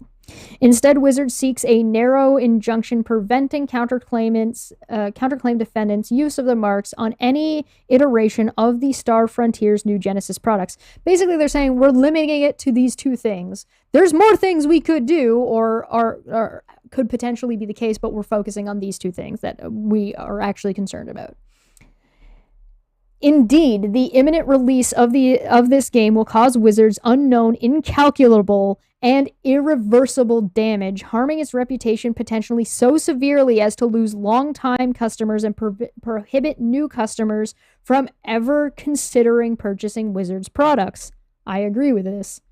The scope of this injunction is appropriately narrow, and any further narrowing would allow counterclaim defendants to slightly alter the product and continue releasing it, undermining the purpose of the preliminary relief. For all four Winters factors favor granting a preliminary injunction. Wizards is likely to succeed on the merits of at least its two trademark claims. It will suffer irreparable harm to its reputation and goodwill, as well as its efforts to promote inclusivity in the RPG community. If counterclaim defendants are not enjoined from publishing or distributing Star Frontier's new Genesis products, a preliminary injunction is equatable because counterclaim defendants are wrongfully using the marks and are not entitled to profit from them, and the product interest favors protection of Wizards' intellectual property. A preliminary injunction thus is warranted to maintain the status quo while this litigation is pending. So once litigation is over, you'll have to see, depending on what happens there, on what happens with Star Frontier New Genesis, and I hope it gets fucking lit on fire and thrown in a goddamn dumpster where it fucking belongs. At me, tabletop basement bros. Please come and argue with me. I'm here for it. Conclusion. The court should enjoin counterclaim defendant from publishing, distributing, or otherwise making available Star Frontiers, New Genesis, or any iteration of the game using the marks dated on the 8th day of September 2022. The next document is Director of Publishing and Licensing for Wizards, which is number 221 CV01705 SKV. So again, if anybody wants to go find it, you can go find it. The plaintiff is Wizards of the Coast LLC, counterclaiming plaintiff Wizards of the Coast LLC, and defendant is Wizards of the Coast, plaintiff TSR. Sorry, I read those backwards. Declaration of Elizabeth, which we looked at. Here we go. We get to actually see some of this this declaration. There we be. Through course of business, I'm over age of 18. In 1997, Wizards published TSR Inc. in the company that created, published, and distributed Dungeons & Dragons, the original tabletop role-playing game, RPG, that has been enjoyed by millions of players since 1974. TSR Inc. owned the rights to produce, advertise, and sold other product lines, including the line of games called Star Frontiers. Wizards considers Star Frontiers part of the Dungeons & Dragons family of RPGs. When Wizards acquired TSR Inc., it acquired all of TSR Inc.'s intellectual property, including trademarks in terms TSR and Star Frontiers. TSR Inc. formally assigned its U.S. trademark registrations to Wizards in an assignment recorded with the U.S. State Patent and Trademark Office on December 6, 2000. TSR Inc. first registered the TSR mark first under regulation number 1242708 and Star Frontiers mark under regulation number 1245487 through application in 1982. Wizards has continued to this day to use the mark acquired through acquisition of TSR Inc. Dungeons & Dragons, for example, is one of Wizards' most prominent and well-known brands. The TSR mark, TSR mark, is a word mark consisting of the letters TSR, the business name of the original creator of Dungeons & Dragons, and an acronym standing for Tactical Studies Rules. Tactical Studies Rules is not a term that has meaning aside from the business name. Since acquiring TSR Inc., Wizards continues to use the TSR mark originally created and used by its predecessor's interest. Wizards has licensed the TSR mark and the Star Frontiers word mark, the Star Frontiers mark, collectively the marks, to One Bookshelf Inc., which sells older editions of Dungeons & Dragons products bearing the TSR mark and Star Frontiers mark. One Bookshelf has sold products bearing the TSR mark continuously since at least as early as December of 2012. Over the past decade, One Bookshelf holds hundreds of thousands of products bearing the TSR mark and advertises such products online through social media. One Bookshelf has sold products. This is what I mean when I say, like, hey, listen, if you like older editions of Dungeons & Dragons, like, I don't know why people fight between what editions. If people like playing 3.5, go get 3.5. You can still buy it. You can still play it. You want to explore it? Go get it. You want to play 4th edition? Go get 4th edition. I recommend playing it as a card game. Print some cards off. It'll be a lot more fun that way. If you want to play 1st edition? You can go and get it. I don't know why people fight about it so much. Or at least so seriously. I mean, I get, like, arguing about, well, I like this better from this one, and I like this better from this one, and I think this was better for this way. Fine. But, like, people take it serious.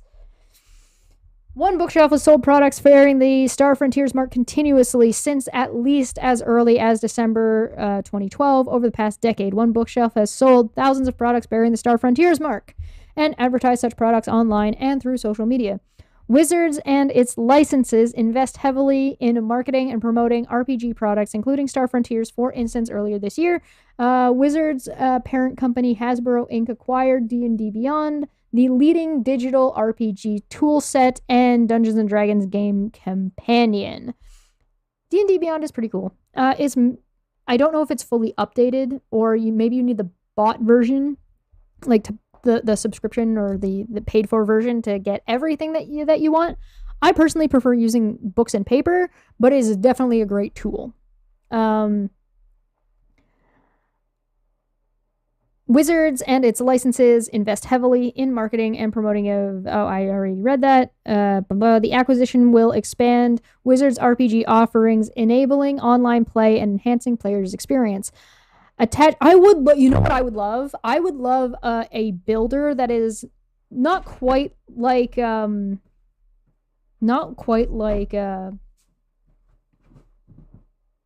Roll20, but not terribly... Like a grid that I can like click and drag and like build worlds or build maps, at least, even if they're not 3D maps, 2D maps, that I can put character tokens into, that's on the Switch. So that way I can have my Switch tablet and I can poke around on it, and then everybody else can have their tokens on, like, they can grab and click and move their tokens so you can have it on a TV. That would be so fucking cool. Can Wizards and Nintendo get together and create this, please? Yes? Greatly appreciated. Thank you. I would want this. Anybody who knows how to program this for a Switch, please hit me up. I will work with you on this. I will do art assets. Please, for the love of God, give this to me. You'd still be able to roll dice on the table, and you could make it online play if you wanted. Sorry. Let's get back to the lawsuit. My voice is starting to crack. It's almost like I've been talking for an hour and a half. Whoo! It's been a while since I did one of these. Been a while. This acquisition will expand Wizards RPG offering, enabling online play and enhancing player experience. As attached as Exhibit A is a true, correct copy of Hasbro's press release announcing the completed acquisition of, I would assume, of D&D Beyond.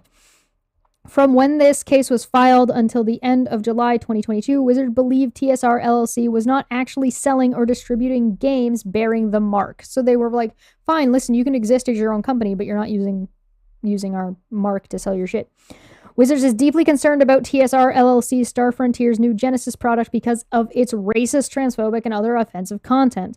Such a product directly conflicts with Wizards' commitment to diversity and inclusivity in the gaming community. Wizards has long embraced an inclusive culture for gaming, including for its Dungeons & Dragons products. Consistent with this philosophy, in June of 2020, Wizards published a post on its website detailing some of its efforts to ensure that its Dungeons & Dragons products reflect Wizards' value and diversity.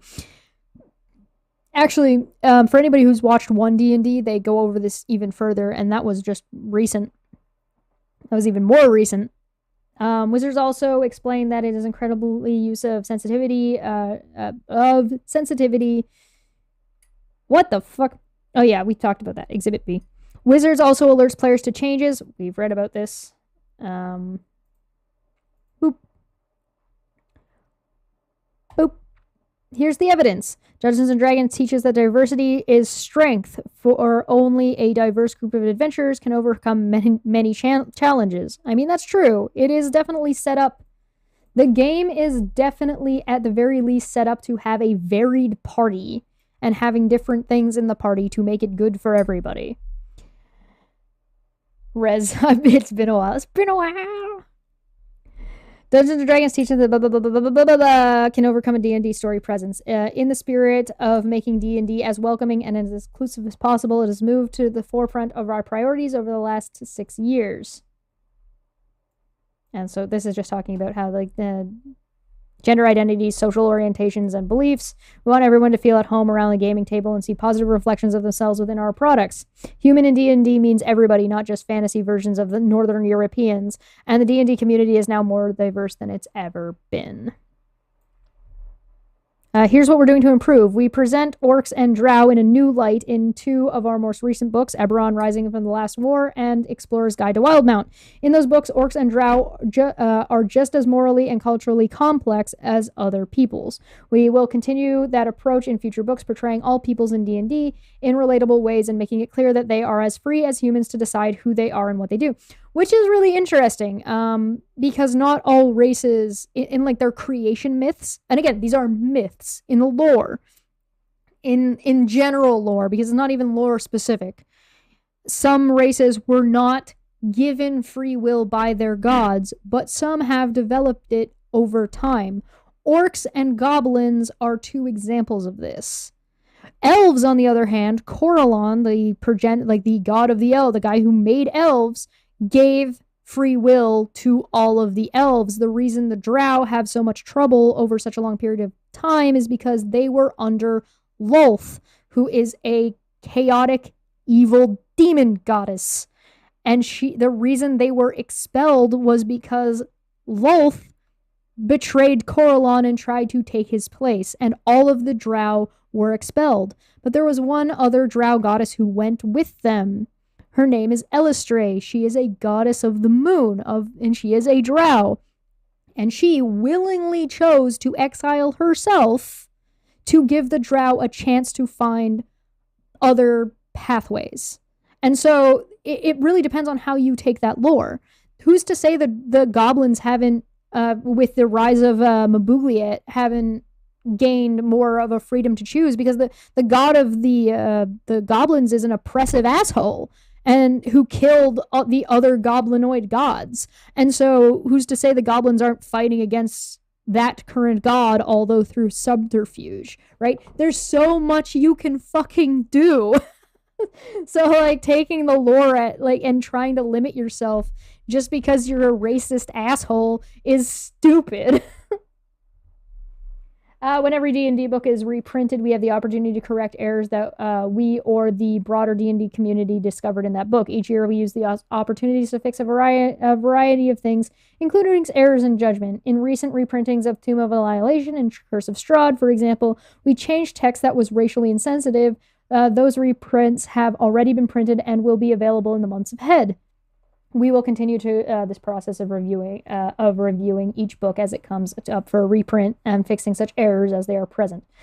And so, like, I'm fine with this in this case, right? It makes sense. You're updating a game, right? You're updating a game for everybody. I would question if you were changing literature. That's a little different, because it kind of exists to represent a pocket of time. But yeah, no, I'm all for all of the wizards changing stuff. I have no problems with any of this. People who have problems with this are fucking assholes. Hey, Hadozee, Spelljammer.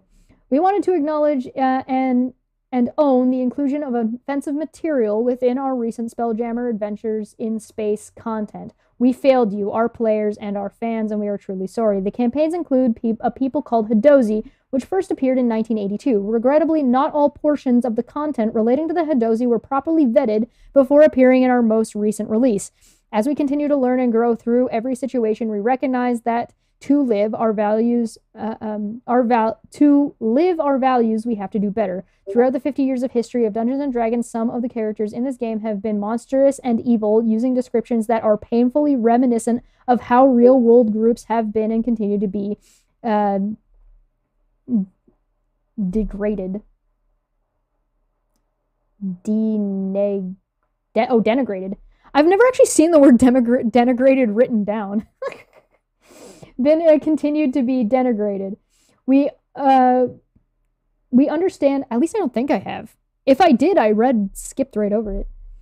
We understand the urgency of changing how we work to better ensure a more inclusive game. Effective immediately, we will remove the offensive content about the Hadozee in our digital versions, and these will no longer be included in future reprints of books. Our priority is to make things right. So it is time now to finally talk about the Hadozee. They've come up a couple of times. The problem with the Hadozee, and I don't feel like I'm the person to really talk about this, and that's why I hadn't really talked about it, but now it's like in front of me and I need to explain it because I saw some fucking assholes talking about this on Twitter saying, if you think this was racist, maybe you're the problem. If you said that, I'm giving you the benefit of the doubt that you didn't fucking read the actual printing of what the Hadozee said. The Hadozee are flying monkey humanoids. They have wings. They look like monkeys. That was not... My mic is blowing out. I apologize. It's probably because I'm touching it. The fact that they were monkeys and flying monkeys was not the problem in a bubble. The problem was their history and how they came about. Read it, and if you don't understand why that's a problem, go and ask the community of African American people who are in the TTRPG space. Go look at what they've said about it and why it's a problem for them. And it makes sense. When I first read it, I didn't really get what the problem was. But I didn't say that they were the problem or that people who had a problem with it were the problem. I went, I don't really understand this. I'm not the person offended by this. I'm going to go find out what people have to say about it. So I went and looked to find out of some of the people that I follow that are of a different ethnicity than me to find out why this was bothering them. And they have very good reasons as to why it's bothering them. Read it and find out what they're saying. The Hadozee themselves were not the problem. Being a monkey race was not the problem.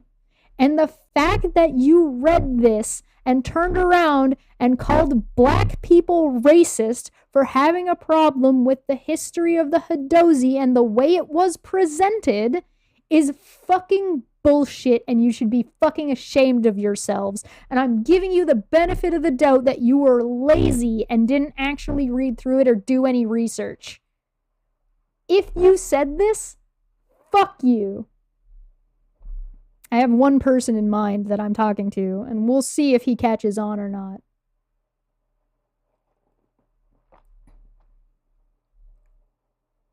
If anybody, by the way, wants to read about, I'm not explaining the entire problem because it's not my place. I am very pale, and you should not listen to what I have to say about it. You should listen to what the people who are offended have to say about it because they're the ones whose voices matter in this case. It's not my job to tell you and explain to you. If you want to know, here, read this. Go find Logan. Logan covered this beautifully. He was pleasant and patient and wonderful. And this was not a scenario where the retraction and apology was not accepted because people are going to be mad no matter what. Wizards acknowledged it, corrected it. The community acknowledged their apology and thanked them for it. For fuck's sakes.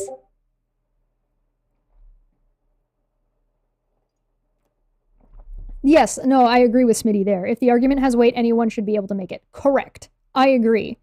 But I'm going to pass it on to somebody who's going to be able to present the argument better than I can, and who will be able to field questions better than I can, and people whose voices should be heard more in this case than me.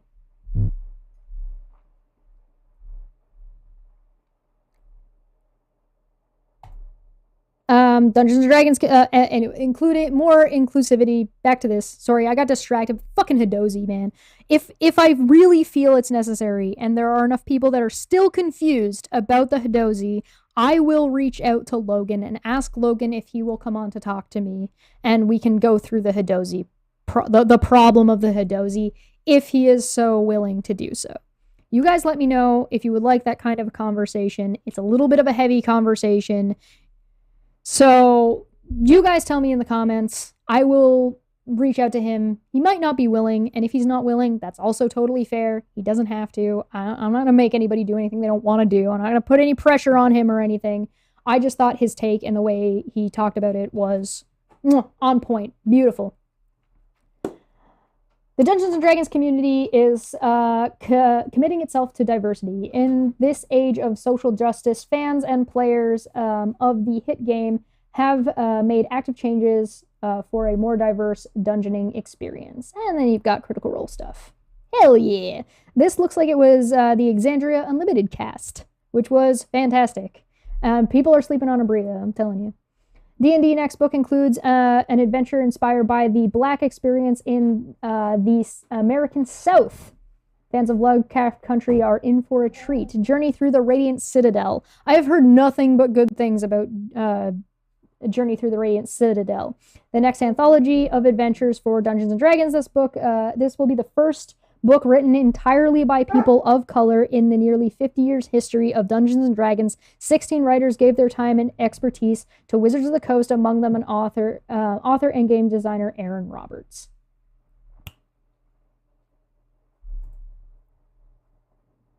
That's part of their excerpt. This is the other declaration, as you can see.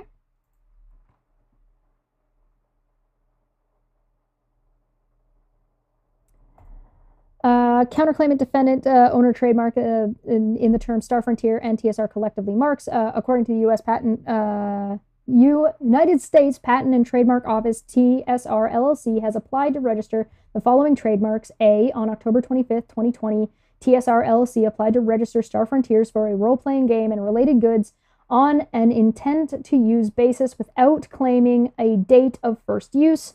B, on August 16th, 2021, TSR LLC applied to register TSR for role-playing games and related goods, initially on an intent-to-use basis, and later amended the application to claim the date of first use of April 2021. And C, on August 24th, 2021, TSR LLC applied to register the Star Frontiers for additional goods and intent-to-use basis without claiming a date of first use. Attached as Exhibit A is a true and correct copy of the trademark applications for each mark. On August 31st, 2021, United States Patent and Trademark Office issued U.S. trademark registration number 472675 for the following trademark in connection with role-playing games and related good. TSR, the game Wizards is what it says. Wizards filed a petition with the Trademark Trial and Appeal Board of the United States Patent and Trademark Office to cancel U.S. trademark registration number 472675 proceedings. On the petition to cancel have been stayed pending the outcome of this action. In public interviews that were previously available on YouTube but have been made private since the counterclaim was filed, counterclaim defendant Justin Lanassi says, quote, "We can't come out with the old IP, and that kind of limits us to having to reboot the game in a new fashion." TSR LLC will be, quote, "coming out with a bunch of mainly first edition stuff, ellipses, things that are comparable with the first edition, referring to Dungeons & Dragons first edition," end quote. Counterclaim defendants also advertised this product on multiple social media channels. Attached as Exhibit B are true and correct copies of these advertisements. In July of 2022, gaming publications began covering a playtest release of Star Frontier's New Genesis, essentially a preview copy that TSR LLC has distributed to players who were interested in trying the game. Upon this release, the gaming press reported the Star Frontier's New Genesis product included racist and transphobic content. Attached as Exhibit C is a true and correct example of media coverage for this product. Social media accounts also reported on the racist and transphobic content in the Star Frontier's New Genesis project. Attached as Exhibit D is a true, correct copy of social media coverage on this product. On September 7th, 2022, Donald Samoa of Wizards Tower Games LLC, who previously designed games for TSR LLC, produced, in response to a subpoena, a copy of the Star Frontier's New Genesis playtest release. Attached as Exhibit E are excerpts of the game. On multiple online forums, consumers have expressed confusion about whether Star Frontier's New Genesis is part of Star Frontier's franchise that Wizards owns and distributes. Examples of this confusion can be seen in the screenshot below. Let's go to the screenshot. There was some pretty messed up stuff on that site. I actually thought this was about original TSR, that someone was trying to discredit Gary Gygax or something. Then I spotted the 3 on the end of the TSR and thought, oh, right, them. Oh, yeah, these guys. Some evidence submitted to the court, starting with the NuTSR application for the trademark of Star Frontiers, TSR and their trademark commerce. The products Justin used to claim he was using the TSR mark in commerce was laughably bad. Tails and Tots booklet and the dollar store dice with staples on it. So there's... Oh, that's bad. Here's some of where Justin commits the alleged perjury or fraud. I'm not a lawyer, so I can't describe it accurately. Same here. He has to swear to the federal government that he didn't know any other company was using the name TSR. Read the following statements before signing and acknowledging the statement signing below. Satisfactory believes the applicant is the owner of the mark and sought to be registered for a trademark for service mark application. The mark is in use in commerce or connection. I'm sorry, I have to show you guys something real quick.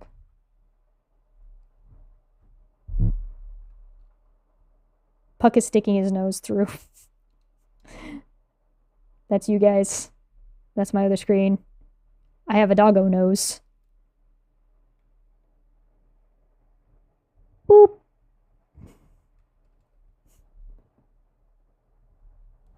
Bug. Hi, buddy. Bug. Bug. And he doesn't want to talk to me. Okay. He got booped and now he's mad about it. Oh. Hey, buddy. Hello. Where's your good boy?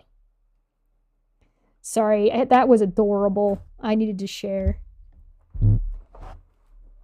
I don't have anything. Oh, hold on. Wait where you are, Puck. I have a chip. We will give him a snacker. Kittle chip.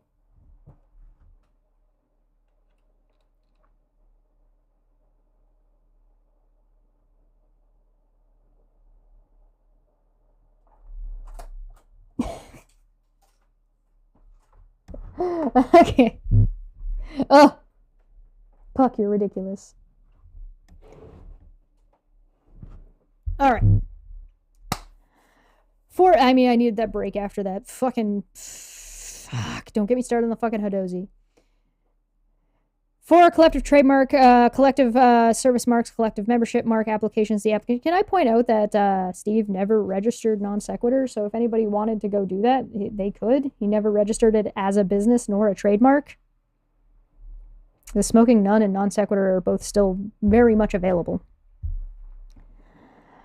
For the specimens show that the mark and as used or in connection with the goods / services / collective membership organization in commerce, to the best of the signatories' knowledge and belief, no other persons except, if available, authorized users, members, and or concurrent users have the right to use the mark in commerce, either in the identical form or in such near resemblance to be as to be likely when used on or in connection with the goods / services / collective membership organizations of such other persons to cause confusion or mistake or deceive.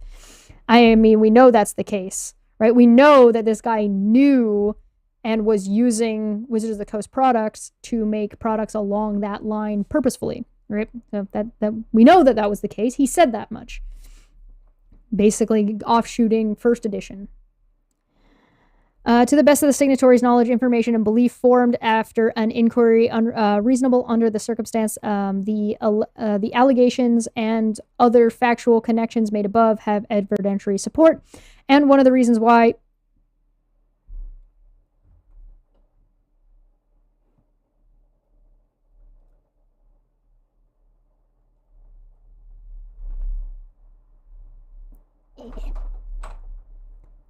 He's like peeking through the...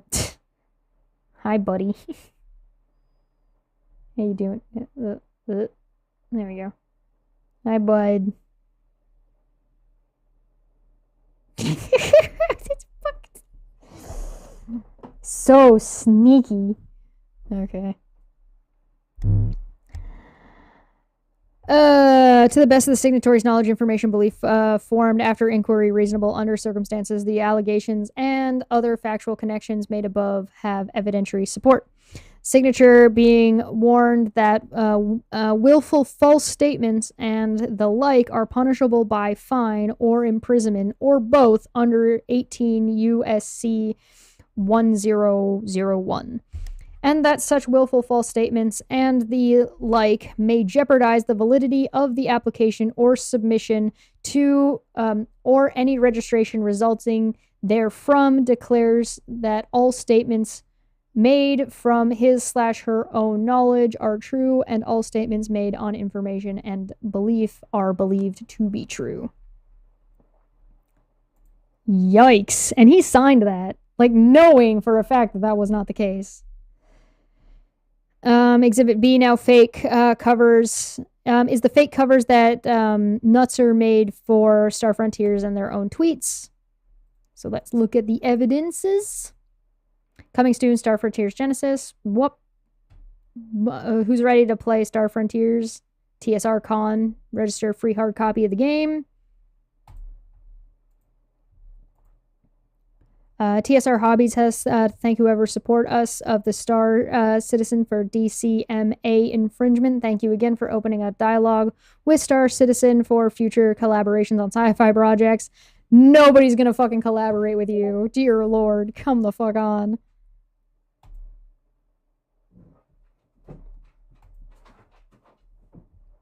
And Exhibit C is an article from a Tech Raptor about the racist content. And you can read the article if you so desire. But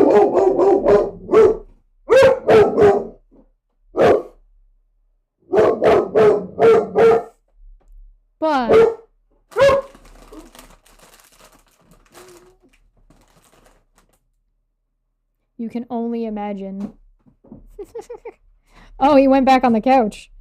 Oh, you're gonna... Hi. Hi, buddy. How you doing?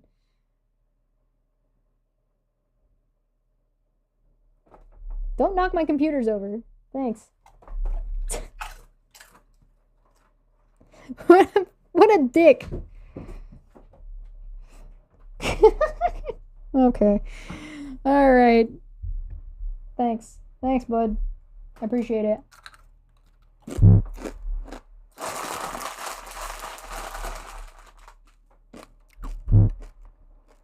My dog is a fucking weenie. All right. What hateful material is in the Star Frontiers new Genesis playtest? And like, who was the designer? Who was the designer behind Star Frontiers playtest? And like, I can't really read the rest of it, so he has not destroyed the birthday ball yet. The birthday ball is actually somewhere around here. I saw it like a minute ago. He's got it somewhere.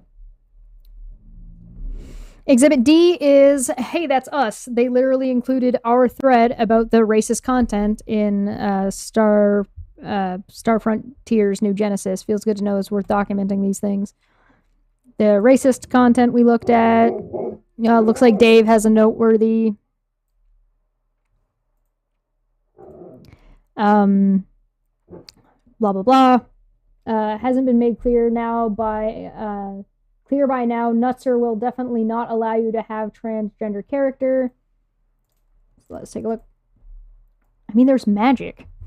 Ability scores. There's the and no male/female. No bonuses and no trans.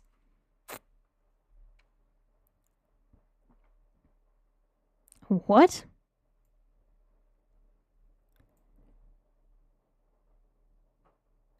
Gender, male/female appearances, only non-fertile, sterile organisms, no bonuses, no trans races, as they are male, female, is spelt wrong, / appearances with no real sexual orientation. Exhibit E is the actual PDF of Star Frontiers New Genesis with many of most of the offensive sections highlighted for the court. Oh, and sorry. That's it for this thread. It looks like that's it for Dave Johnson, Justin Lanassa, and NuTSR as well. So let's look at this real quick and then... Cool. I don't know if I cannot see these. So you'll have to go and look at the actual... They're too small. You'll have to go and look at the actual stuff if you would like to find it. Again, the case number is... So this is the United States District Court, Western District of Washington at Seattle. The case number is 2:21-CV-01705-SKV. So if you want to find out more about NuTSR and their racist fucking bullshit, feel free to look into them more if you're interested. If you want, you can send them my way. I don't give a fuck. Fuck them.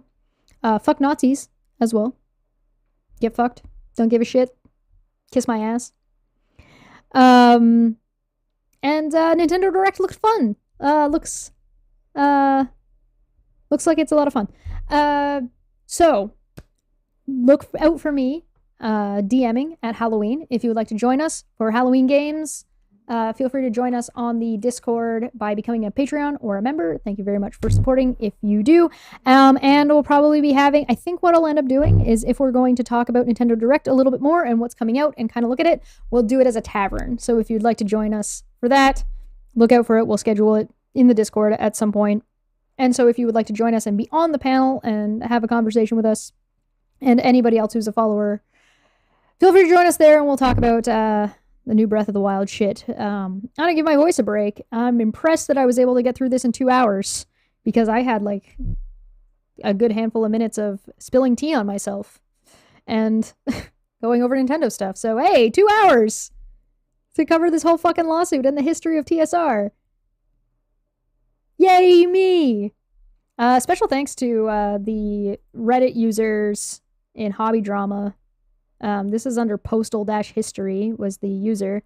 And special thanks to Morris with a very cute dog who put this timeline together because this is amazing work. Like, amazingly well put together. Yeah, thanks Puck. Thanks for coming, buddy. Look at him. He's so cute. There's a little paws. Thanks, buddy. You're a good boy. I'm off. Thank you, everybody, for coming. We'll be live on Friday. Wish me luck moving. Dumpfuck Friday is going to be a lot of fun this Friday. So, join me there. And let me know if you really need me to walk through with crayons the Hadozee for you. See you guys next time. Bye-bye.